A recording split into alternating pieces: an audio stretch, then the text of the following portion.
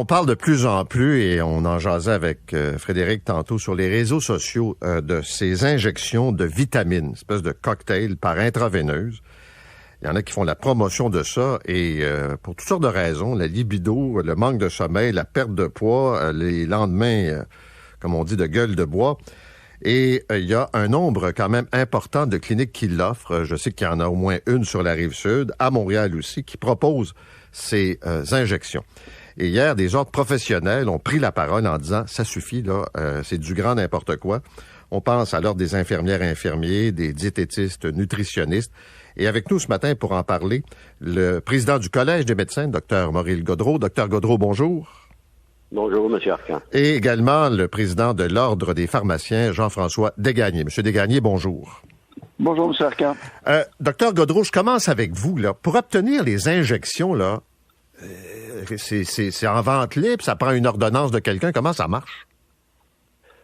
En principe, ça prend une ordonnance de quelqu'un, mais c'est pas, on peut pas se procurer ça dans des pharmacies du Québec pour le moment, en tout cas. Donc, oui, ça prend une ordonnance de quelqu'un. C'est pour ça que on a fait ça les 4 ordres ensemble. C'est à la fois pour protéger le public et les informer du fait que ça pouvait être dangereux pour eux. Et deuxièmement, pour rappeler les obligations déontologiques là, à nos membres respectifs, dans le cas du Collège des médecins et des médecins, bien sûr. Donc, protéger le public, c'est toujours ça notre première mission. Donc, on l'a fait d'abord pour ça, mais également pour rappeler aux médecins et aux autres professionnels de la santé qu'il fallait y aller selon des preuves scientifiques et selon la science. Et au moment où on se parle, il n'y a pas d'étude, aucune étude scientifique qui a démontré que scientifiquement, ça pouvait être efficace, l'injection de ces produits-là par intraveineuse. Bonjour à tous et bienvenue à votre émission Soignez-vous du lundi 29 avril 2024. Aujourd'hui, nous parlons de l'usage des injections de vitamine C contre le cancer. Alors, un sujet qui a poussé de la controverse. Vous venez d'entendre une entrevue de Paul Arcan qui l'a fait avec le président du Collège des médecins, président de l'Ordre des pharmaciens. Et dans cette entrevue, bon, ils vont aller plus loin en disant qu'il y a un flou qui encadre ces pratiques. Les injections de vitamines dans les hôpitaux, c'est fait, mais de façon exceptionnelle. Aucune étude ne présente la nécessité de faire ça. Le président de l'Ordre des pharmaciens dira peut-être que ça peut faire du bien, mais je ne le sais pas. Il n'y a pas d'études. Les gens disent que ça leur fait du bien, mais il est difficile de porter un jugement. Nous sommes des scientifiques et nous nous basons exclusivement sur la science. Alors aujourd'hui, nous allons poser des questions à un expert dans le domaine, M. Maurice Nicole, qui est avec nous la semaine dernière aussi. Alors, M. Nicole, comment la prise de vitamines peut aider dans les cas de cancer? Et pouvez-vous nous parler de l'historique des injections de vitamine C contre le cancer et les bénéfices que les spécialistes de notre domaine ont observés? Bien, avec plaisir. Le premier médecin, à ma connaissance, qui a commencé à utiliser la vitamine C contre le cancer, c'est un médecin canadien, Dr William McCormick. Alors, un médecin de Toronto qui, dans le début des années 50, a commencé à utiliser la vitamine C parce qu'il avait l'intuition que ça pouvait aider ses patients. Effectivement, ça les aidait. Lui, il allait avec des doses jusqu'à 10 grammes par jour, mais c'est pas aller plus loin là, à ce moment-là. Il faut attendre plusieurs années plus tard, où on a vu, par exemple, en 69, si ma mémoire est bonne, il y a Dean Burke, Dr Dean Burke, qui travaillait pour le National Institute of Cancer, en tout cas aux États-Unis. Et lui a démontré que la vitamine C, à forte dose, c'est ça, on s'entend, pas des petits Smarties de vitamine C, là, avait une action cytotoxique sélective chez les cellules cancéreuses. Précédemment, ou à peu près à la même époque, il y a un chimiste, Reginald Hallman, qui a démontré que les cellules cancéreuses, sous l'effet de la vitamine C, surproduisaient du peroxyde d'hydrogène, puis ça les tuait, parce que les cellules cancéreuses n'avaient pas assez d'enzymes antioxydantes pour neutraliser le peroxyde d'hydrogène, comme nos cellules saines peuvent le faire.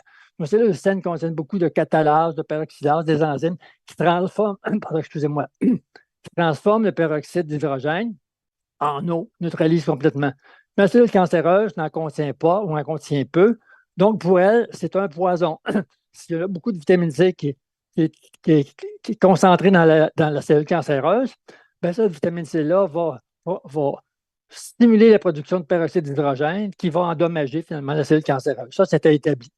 Puis en 1971, il y a le docteur Fred Klenner, un médecin du sud des États-Unis, qui s'était déjà illustré avec des doses massives de vitamine C en infusion, en injection, pour traiter toutes sortes de problèmes. Ça allait de la polio à l'époque, avant même qu'il y ait eu des vaccins, la sclérose en plaques. En tout cas, je ne rentrerai pas dans les détails, là. Mais puis, en 1975, vous avez le docteur Hugh Reardon, qui a commencé à utiliser les infusions de vitamine C. C'est probablement celui qui a le plus, je dirais, normalisé, entre guillemets, les infusions de vitamine C. Donc, démontré, puis il y a plusieurs publications. Moi, ça me fait toujours rire quand on dit qu'il n'y a pas de publications. Il y a eu énormément de publications qui démontraient in vitro, in vivo, sur les modèles animaux et sur les humains, que la vitamine C, on en donnait suffisamment par injection, infusion, on devrait dire, on pouvait vraiment avoir un effet inhibiteur sur les cellules cancéreuses. Et puis que combiné avec la chimiothérapie, bien, ça augmentait l'effet de la chimiothérapie sans nuire aux cellules saines. Et puis de 1975 jusqu'à aujourd'hui, bien, il y a des dizaines de milliers d'infusions qui ont été données. Et puis ça a largement bénéficié finalement aux individus qui en ont bénéficié finalement. Fait que c'est la petite histoire, je peux la rester. On peut voir justement à l'écran la photo de la clinique Riordan qui est à Wichita, au Kansas, aux États-Unis. Et puis eux, vous disiez à un moment donné dans une classe qu'ils disposent de plus de 35 ans d'expérience pour les injections en intraveineux de vitamine C pour les gens qui ont le cancer et tout ça. Puis vous avez eu même des patients qui ont visité la clinique. Ah, absolument. Je pense que la première cliente que j'ai vue, c'était une dame de Trois-Rivières. Et puis, elle avait les moyens de se rendre au Kansas. C'est ce qu'elle a fait. Elle a pris rendez-vous. Il faut d'abord qu'on envoie notre dossier médical. Puis lorsqu'on est accepté, on se paye un voyage. Il faut payer l'avion, il faut se rendre là-bas. Et puis, pendant une semaine, finalement, on lui a donné des infusions de vitamine C. Alors, comment ça se passe? La première journée, on rencontre le médecin là-bas. Il explique. Il a expliqué à la cliente, puis il explique au client qu'est-ce qui va se passer pendant la semaine, puis lui explique les tests supplémentaires qui vont être faits avant de faire les infusions. Puis il y a certaines précautions, certains tests qui sont faits, qui doivent être faits. Alors, une fois que ça s'est fait, le lendemain, on commence les infusions. Alors, les infusions, ça se fait en clinique là-bas. Et puis, on commence par 25 grammes. Donc, on infuse 25 grammes de vitamine C. Il ne faut pas que ça dépasse plus de 1 gramme par minute. D'accord? Une vitesse d'infusion qui doit être respectée. Puis lorsque c'est terminé, on fait un prélèvement sanguin pour voir quelle est la concentration qu'on a atteint dans le sérum. Si on n'a pas atteint entre 10 000 et 20 000 micromoles par litre, le lendemain, on donne 50 grammes. On fait un autre prélèvement. On regarde ce qui s'est passé. Quelle est la concentration qu'on a obtenue? Est-ce qu'on a atteint notre objectif cible de 10 000 à 20 000 micromoles par litre? Non. Le lendemain, 75 grammes, etc. Donc, au bout de la semaine, on finit par déterminer si c'est 25, 50, 75, 100 grammes qu'il faut donner pour atteindre la cible. Parce que c'est ça que le Dr. Reardon a pu démontrer. Il y a une cible à atteindre. Si on n'obtient pas cette cible-là, ça ne nuit pas. Mais c'est comme un pompier qui n'arrose pas suffisamment son feu. L'eau, c'est bon, mais si tu n'arroses pas suffisamment, c'est un petit incendie dans une poubelle. C'est facile de prendre un pichet d'eau et de l'éteindre. Mais si c'est la maison ou la forêt qui est en feu, ça prend beaucoup plus. Alors voilà. Alors, c'est comme ça que je reviens à cette dame-là. Donc, à la fin de la semaine, le médecin lui a fait une prescription disant, madame, vous auriez besoin, là, mettons, 75 grammes de vitamine C 3 fois par semaine. Normalement, c'est sûr que les gens qui sont dans la région de Wichita, aux États-Unis, l'idéal, c'est d'y aller régulièrement. On ne peut pas dire on fait une infusion 1 fois par semaine. Non, il faut y aller au moins aux 2 jours, là, pendant un certain temps. Ça peut prendre plusieurs mois. Alors, elle revenait ici avec les recommandations du médecin. Il fallait qu'elle trouve un médecin ici au Québec pour contresigner ça. Parce que le pharmacien ne voulait pas ne voulait pas lui remettre la vitamine C pour ses infusions s'il n'y avait pas la signature d'un médecin québécois. Elle a eu bien de la misère à trouver un médecin québécois. Finalement, elle a pu trouver un médecin québécois qui a accepté de signer sa prescription. Elle a pu acheter donc la vitamine C infusable et puis elle a pu se donner des infusions. Il y a quelqu'un qui lui a montré comment faire parce qu'elle avait vu là-bas comment ça se passait. Et puis, son problème est réglé. Ça, c'était le premier cas. Depuis ce temps-là, ben, moi, je ne suis pas un oncologue, je suis un naturopathe, je ne suis pas un médecin. Donc, j'ai vu des gens à travers les années, de nombreux patients qui avaient des problèmes de cancer. Puis, ceux qui ont pu bénéficier de ces infusions-là, se sont toujours soit complètement sortis ou prolongés vraiment de manière. Ce qui est important, c'est qu'on ne peut pas garantir que les infusions de vitamine C seules vont guérir le cancer. Ça serait exagéré de dire ça. Mais la vitamine C va augmenter les bienfaits des autres traitements s'il y a d'autres traitements, puis va de façon très certaine améliorer la qualité de vie et puis augmenter les chances de guérison. Fait que moi, en tout cas, on pourra parler d'autres cas si vous voulez. Je vais vous donner l'exemple de cette patiente-là. Les gens auront la chance aussi d'aller vous entendre en conférence. Alors, on indique souvent qu'il n'y a pas de preuves solides qui prouvent que les injections de vitamine C fonctionnent. Alors, vous avez amené avec vous certains articles scientifiques, justement, qui appuient ces traitements dans le domaine. Alors, pouvez-vous un petit peu nous parler de ces articles? Là, je ne vois pas les articles en question. Je ne peux pas les commenter. Je peux juste dire que des dizaines et des dizaines d'articles très bien faits, scientifiques, qui parlent des bienfaits de la vitamine C sous forme injectable. Moi, ça me fait toujours rire d'entendre qu'il n'y a pas d'études. Il y en a des études, mais il faut les lire. Alors, quand on parle de science, il faut regarder toute la science, pas juste la soi-disant science qu'on veut regarder. Alors, il faut regarder l'ensemble de la documentation. Alors, ceux qui disent qu'il n'y a pas d'études, c'est parce qu'ils n'ont pas lu, ils n'ont pas fait la peine de lire. Si vous allez sur PubMed, vous allez voir des centaines d'articles sur la vitamine C, les infusions de vitamine C. La majorité, la presque totalité des articles-là sont favorables aux infusions de vitamine C pour le cancer. Donc, encore une fois, ce n'est pas un remède définitif contre le cancer, mais ça augmente les possibilités de guérir du cancer. Ça augmente la qualité de vie. C'est ça qui est important. Donc, j'ai vu des gens qui se sont complètement tirés d'affaire. Je pense à un monsieur dans la région de la Naudière ici. Lui avait un cancer du poumon. On lui disait que c'était presque terminal, il n'y avait plus rien à faire. Il n'avait pas les moyens d'avoir des infusions, mais il s'est mis à prendre de la vitamine C par voie buccale avec d'autres vitamines, etc. Et en quantité suffisante. Donc, il y a trois choses. Si on va avoir un résultat, un peu comme on veut éteindre un incendie, ça prend une question de dosage, de fréquence et de durée. Alors, une fois que le client en question a compris ça, il a pris suffisamment de vitamine C, suffisamment souvent pour éteindre son feu. Donc, le monsieur il est sorti d'affaires et puis le cancer du poumon a disparu. Dans d'autres cas, le cancer ne disparaîtra pas, mais les gens vont vivre beaucoup plus longtemps que ce qui était prévu par les statistiques officielles. Ça non plus, on n'en tient pas compte. C'est ça qui est drôle. Si on ne regarde pas tous les cas positifs, on les ignore. Par contre, ça n'a pas marché dans tel cas, mais tel dosage on a donné, comment on a fait les infusions, etc., etc. Quels sont les autres facteurs? La nutrition, il faut en tenir compte.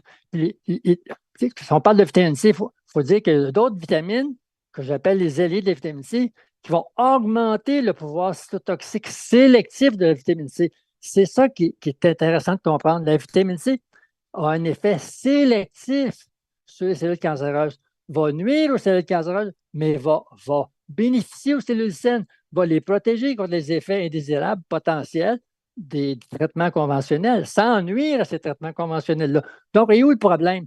On a une substance qui est tout à fait inoffensive. Il n'y a aucun seuil toxique connu de la vitamine C. Ce qu'on appelle le LD50, là. Ça n'existe pas pour la vitamine C. On n'a pas pu tuer personne avec la vitamine C.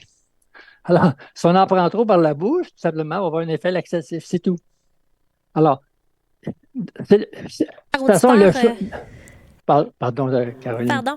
Alors, vous voyez, chers auditeurs, c'est pour ça qu'on vous dit souvent à l'émission Soignez-vous que le Québec accuse malheureusement un certain retard. Il y a beaucoup de choses qui sont occultées à la population québécoise et qu'on voit quand on va dans les cliniques aux États-Unis ou qu'on va travailler dans d'autres provinces ou des techniques qu'on voit dans d'autres pays.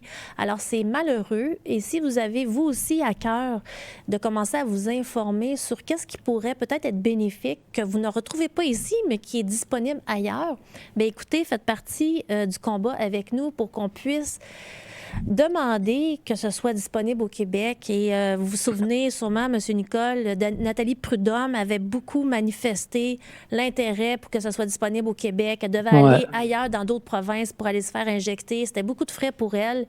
Puis ça faisait une dizaine d'années qu'elle avait le cancer, puis elle voyait vraiment des bienfaits à avoir des injections par intraveineux. Puis elle avait lancé toute une campagne, puis ça l'a fait boule de neige. Pouvez-vous nous en parler un petit peu de la situation au Québec maintenant suite à tout ça? On peut peut-être parler du cas de Nathalie Prudhomme, puisque maintenant, elle est décédée. Et je vais vous expliquer ce qui s'est passé. Alors, une de ses amies qui est toujours journaliste, était venue me consulter quelques mois avant pour des problèmes de fatigue chronique. Bon. Elle, la vitamine C, ça l'avait extrêmement aidé. Bon, elle avait découvert tous les bienfaits. Et puis, comme elle connaissait Nathalie, puis Nathalie souffrait beaucoup. Elle avait excusez-moi.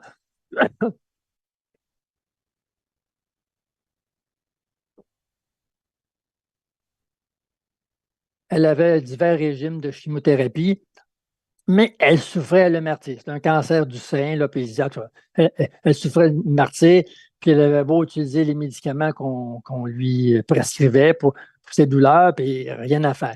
Fait que l'ami journaliste en question lui a dit, pourquoi vous n'avez pas la vitamine C? Ça pourrait peut-être t'aider.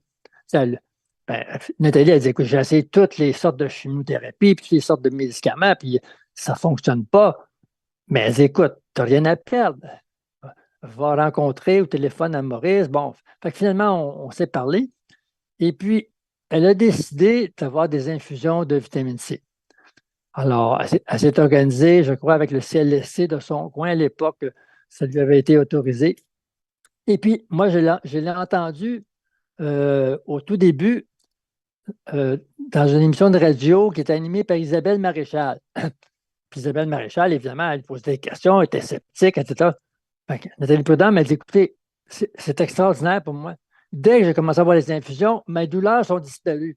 Ça, c'est un point important. Non seulement la vitamine C peut aider à vaincre, entre guillemets, le cancer, bon, mais surtout, elle a d'autres bienfaits, un pouvoir analgésique qui peut se comparer à la morphine.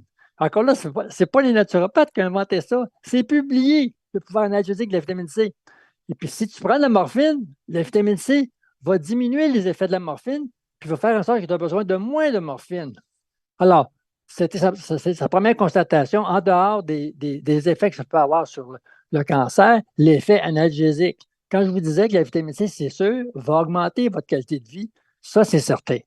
Puis le reste, on verra. La providence va avoir le dernier mot, comme on dit. Oui. Alors maintenant, j'aimerais vous entendre parce que vous êtes quand même un maître aromathérapeute au niveau de l'aromathérapie scientifique. Et puis, j'aimerais vous entendre sur les pouvoirs de, justement, combiner les huiles essentielles avec les vitamines, justement, pour aider dans les cas de cancer. Oui. Là aussi, ceux qui disent qu'il n'y a pas d'études là-dessus, c'est parce qu'ils n'ont pas lu les études. Il n'y a pas d'études dans le sens d'essai clinique. Parce que pour faire un essai clinique sur des milliers de personnes, avec un placebo en double aveugle, etc., ça prend un financement énorme. Puis tu sais que le pouvoir de faire ça, c'est les grosses compagnies pharmaceutiques qui ne paieront jamais pour des essais cliniques sur des huiles essentielles. Ils n'ont pas de profit à faire avec ça. Il n'y a pas de brevet là-dessus. Par contre, il y a énormément d'observations cliniques. Énormément de gens, il y a énormément d'études qui ont été faites in vitro, in vivo sur des animaux qui démontrent que les huiles essentielles ont des effets cytotoxiques sélectifs comme la vitamine C. Donc, les huiles essentielles ne contiennent pas de vitamines, mais c'est drôle, ils ont un effet comparable, c'est-à-dire qu'ils ont un effet sélectif, c'est-à-dire qu'il y a des doses qui ne sont pas toxiques pour les cellules saines, les huiles essentielles vont avoir un effet cytotoxique, toxique pour les cellules cancéreuses. Puis les mécanismes, je les explique dans le livre que j'avais publié, puis c'est expliqué dans de nombreux articles. On en découvre de plus en plus. Ils vont par exemple, au départ, les huiles essentielles sont capables d'inhiber la carcinogénèse. Mettons, on prend une substance dans nos aliments, etc., qui serait potentiellement cancérigène. Quand ça va arriver dans le foie, les huiles essentielles vont stimuler finalement les mécanismes de détoxication hépatique, la phase 1, phase 2, etc., faire en sorte que la substance cancérigène, potentiellement cancérigène, va être neutralisée dès le départ. Il y a des huiles essentielles qui sont anti-inflammatoires, qui ont stimulé aussi l'apoptose. Des huiles essentielles qui ont des propriétés antioxydantes.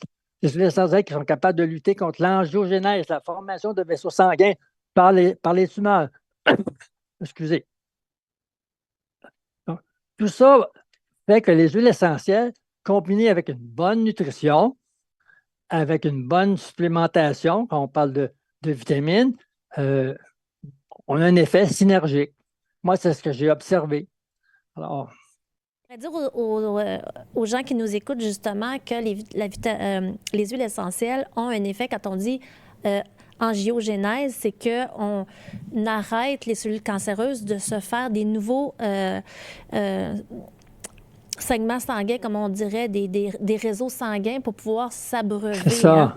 Oui. Après ça, il y a des huiles essentielles qui vont viser vraiment à réduire les masses. Il y a des huiles essentielles qui vont être pour tous les cancers qui sont au niveau des structures de la tête. Hein? Il y a souvent des gens qui vont interpeller les thérapeutes qui vont dire, moi j'ai un cancer, mais c'est au niveau du cerveau, une tumeur au cerveau, etc. Exactement. Alors, pour les cavités. Alors, ça va vraiment dans une bonne précision. Puis je vous dirais, M. Nicole, que ce que j'observe maintenant dans mes cours, c'est qu'il y a très peu d'étudiants qui connaissent, par exemple, que les huiles essentielles vont agir même sur la voie inflammatoire NF-κB. Oui, exactement. Les études avancent toujours, hein? Ça serait trop long pour la plupart des auditeurs de commencer à fouiller l'Internet, fouiller PubMed, voir tous les articles. Mais je pense que c'est en 2017, si ma mémoire est bonne, j'ai publié le livre Tuer le cancer sans tuer le patient. Puis il y a des centaines de références déjà là. Puis j'explique dedans quels sont les principaux mécanismes qui étaient connus à l'époque, les principaux mécanismes anti-cancer des huiles essentielles. Et depuis ce temps-là, on ne cesse d'en découvrir. On en découvre, mais ça laisse lettre morte. Parce que vous ne verrez pas des études encore là faites par Big Pharma. Puis les médecins n'utiliseront pas ça parce que là, les médecins, ils ne vont pas aller dans ce sens-là. Encore une fois, ce qui est drôle, on a des substances qui sont inoffensives, non toxiques, qui nuiront pas au traitement conventionnel. Et puis, on fait peur aux gens. On leur dit que c'est dangereux, etc. Tandis qu'on leur donne des poisons, c'est ça. La chimiothérapie, là, on ne va pas se cacher, on doit bien le reconnaître, c'est des poisons. Si vous et moi, Caroline, on s'abreuvait de cette chimiothérapie-là, on serait malade. Mais la vitamine C ou les huiles essentielles, on ne sera pas malade. Si on utilise en moins de prendre 1 gallon d'huile essentielle, enfin. C'est là qu'est le paradoxe. Les médecins manipulent sans vergogne des substances qui sont vraiment dangereuses, puis ils ont la formation pour ça, tant mieux pour eux autres, mais qui n'empêchent pas les gens d'utiliser des substances, on va dire, inoffensives. Puis quand je dis inoffensives, c'est vrai. Si on regarde le Centre américain anti-poison, là, chaque année, il publie un rapport annuel de tous les cas d'empoisonnement aux États-Unis.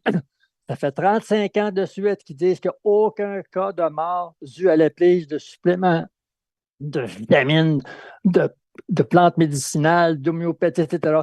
Puis, bonhomme, il y a 200 000 personnes qui meurent des médicaments qui sont prescrits par les médecins. Alors, on ne parle pas d'overdose, on ne parle pas de mauvais choix de médicaments, c'est simplement les bons vieux effets secondaires désirables de ces médicaments-là. Donc, je comprends que dans certains cas, ces médicaments-là sont utiles, peuvent être utiles, mais pourquoi on n'a pas bénéficié en même temps de ce que la nature a de meilleur à nous offrir? Un n'empêche pas l'autre. C'est ça que je trouve aberrant. En tout cas, bon voilà. Un petit peu avant que je vous connaisse dans les cours, moi, je faisais des formations avec le professeur Robert Béliveau, qui nous enseignait des techniques de pleine conscience, puis de méditation, de gestion du stress. Et lui, ben, il avait aiguisé notre sens critique. Et puis, à un moment donné, moi, j'ai eu un diagnostic de cancer de la peau en 2010. Alors, j'ai attendu mon résultat. Et puis après, le médecin, ben, il m'a dit, ça va te coûter 30 000 pour faire un test, un soin au IPL. Donc, tu mets une crème sur ton corps, puis après ça, tu passes dans des rayons et ça va diminuer la progression de ton cancer de la peau. Moi, j'avais commencé justement des formations pour développer mon sens critique par rapport à ce que les médecins expliquent. Dr Béliveau nous aiguisait là-dessus. Alors, moi, j'ai décidé de ne pas le faire. Puis, heureusement, parce que je suis tombée à un moment donné au téléphone sur une assistante d'un dermatologue de l'hôpital juif. Puis elle m'avait dit, si vous me dites que vous prenez des antioxydants, que vous mangez bien, vous faites de la méditation, et vous savez, le traitement au IPL n'a jamais donné de preuves concrètes, avérées que ça fonctionne. Mais quand j'ai commencé mes cours avec M. Nicole, j'ai appris que, en 2 semaines, on peut nécroser les cellules cancéreuses sur la peau avec les huiles essentielles, avec de la vitamine C en gel.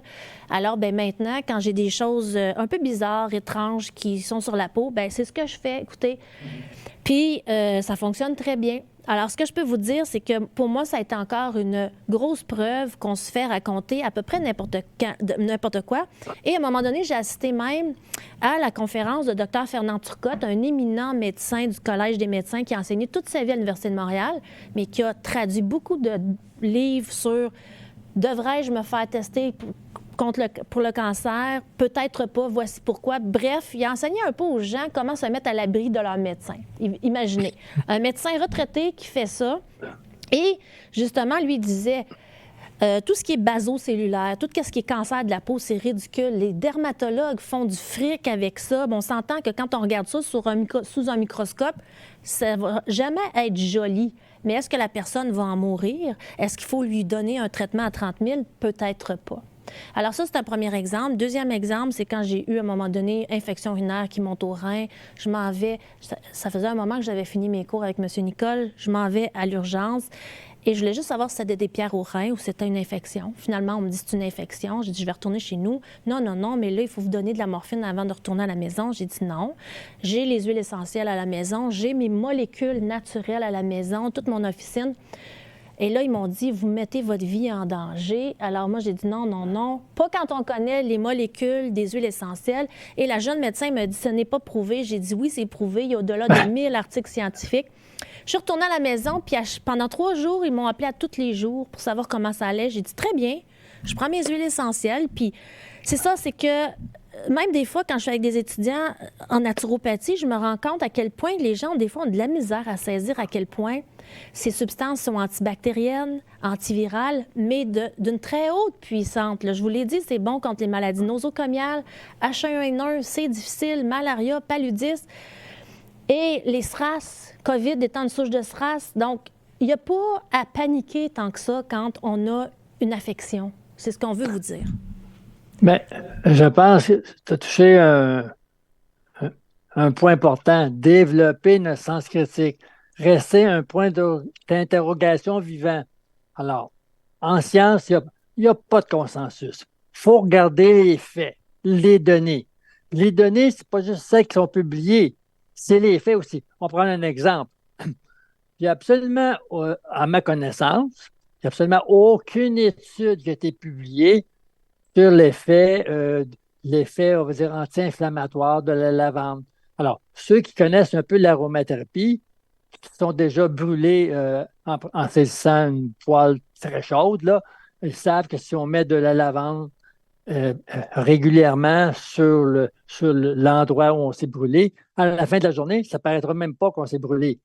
Ça a un effet analgésique, un effet anti-inflammatoire spectaculaire.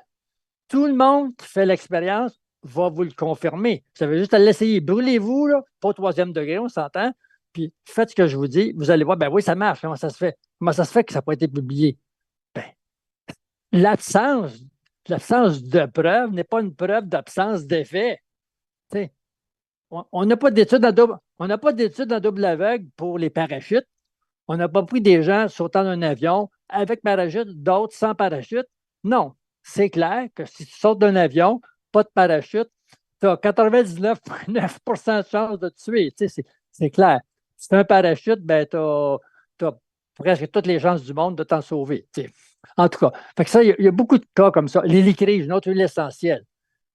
Tout le monde qui a déjà eu un hématome, qui s'est frappé qu'un hématome, puis qui sait comment utiliser l'hélicryse, s'y applique l'hélicryse dans les minutes, les instants qui suivent, qui réapplique ça régulièrement pendant la journée, son hématome va disparaître, n'apparaîtra pas dans 24 heures. C'est absolument spectaculaire. Mais encore là, j'ai cherché des études qui confirmaient ça. Il n'y en a pas. Mais je peux vous dire que si on l'essaye, ça marche. Donc, le mécanisme, je ne peux pas vous l'expliquer, il n'y a pas eu d'études, mais ça fonctionne. Encore une fois, l'absence de preuve n'est pas une preuve d'absence d'effet. Mais dans le cas de la vitamine C, puis les huiles essentielles, il y a beaucoup d'études. Et quand j'entends les gens qu'il n'y a rien de prouvé, ben c'est parce qu'ils n'ont pas lu. Ils n'ont pas fouillé, puis ils n'ont pas essayé, ils n'ont pas expérimenté, puis ils n'ont pas interrogé les médecins qui utilisent ces substances. Parce que si on parle d'huile essentielle, il y a toute une tranche de médecins, mettons, on va parler en France, parce que l'aromathérapie peut être pratiquée par les médecins en France, qui pourraient vous témoigner de leurs résultats. On pense au docteur Pénoël, un médecin je pense qu'il a 50 ans de carrière, puis il a toujours utilisé les huiles essentielles dans des conditions extrêmes. Il a travaillé dans des urgences. Ben oui, c'est ça. Alors, donc, moi, ce que je conseille aux soi-disant scientifiques là, du Collège des médecins ou de l'ordre de pharmaciens, commencez donc par faire votre devoir. Étudiez, regardez les faits. Après ça, calmez-vous, là, puis continuez de vendre vos médicaments et permettez aux gens d'utiliser. Puis, ça serait votre devoir même d'enseigner aux gens comment utiliser les vitamines ou les huiles essentielles, enfin. Bien, je répète que ces gens sont souvent dans nos cliniques de toute façon. Il y a beaucoup de ces gens qui sont pharmaciens, tout ça, qui viennent se faire soigner dans les cliniques des naturopathes et des gens qui sont en médecine orthomoléculaire. Donc, écoutez, pour les gens qui voudraient en savoir davantage, vous offrez bientôt, M. Nicole, une conférence ouverte à tous. Pouvez-vous nous en parler, nous expliquer un peu qu'est-ce que les gens vont pouvoir apprendre dans cette merveilleuse conférence? Oui, une fois par année, je donne un cours, atelier qui est ouvert à tout le monde, qui s'appelle justement Tuer le cancer sans tuer le patient, où j'explique comment, en combinant les huiles essentielles et certaines vitamines, on peut justement augmenter les bienfaits des traitements conventionnels, si c'est ça qu'on souhaite, ou comment on peut prévenir ou s'affranchir de la peur du cancer si on a un cancer et qu'on ne peut plus recevoir de traitement conventionnel. Parce qu'il y a des gens qui sont rendus là, qui ne peuvent plus recevoir les traitements conventionnels ou qui veulent plus avoir ces traitements conventionnels-là. Ça, c'est le choix de chacun. Mais ce qui est important pour que les gens comprennent, un n'empêche pas l'autre. Donc, vous n'avez pas à dire je dois choisir entre les huiles essentielles, les vitamines et puis les traitements conventionnels. Non, un n'empêche pas l'autre. Donc, si les traitements conventionnels vous conviennent, sont recommandés, puis c'est bon pour vous, vous pouvez en bénéficier, puis vous allez diminuer les effets potentiellement indésirables de ces traitements-là grâce aux vitamines, grâce aux huiles essentielles. Merci. Puis, les gens pourront aussi comprendre justement quelle autre vitamine on peut donner pour appuyer les effets de la vitamine C. Alors, je rappelle aux gens également que vous êtes propriétaire de la boutique Unis Aroma qui se trouve à la rive sud de Montréal, sur le chemin Chambly, au 1974 rue de Chambly. Les gens peuvent retrouver sur place les huiles dont on a parlé, des huiles de grade évaluées en laboratoire qui sont de l'aromathérapie scientifique. Et puis, ils peuvent se procurer votre livre. Alors, merci d'avoir été avec nous, M. Nicole. J'espère vous retrouver bientôt. Ça fait plaisir. À bientôt. À bientôt. Au revoir.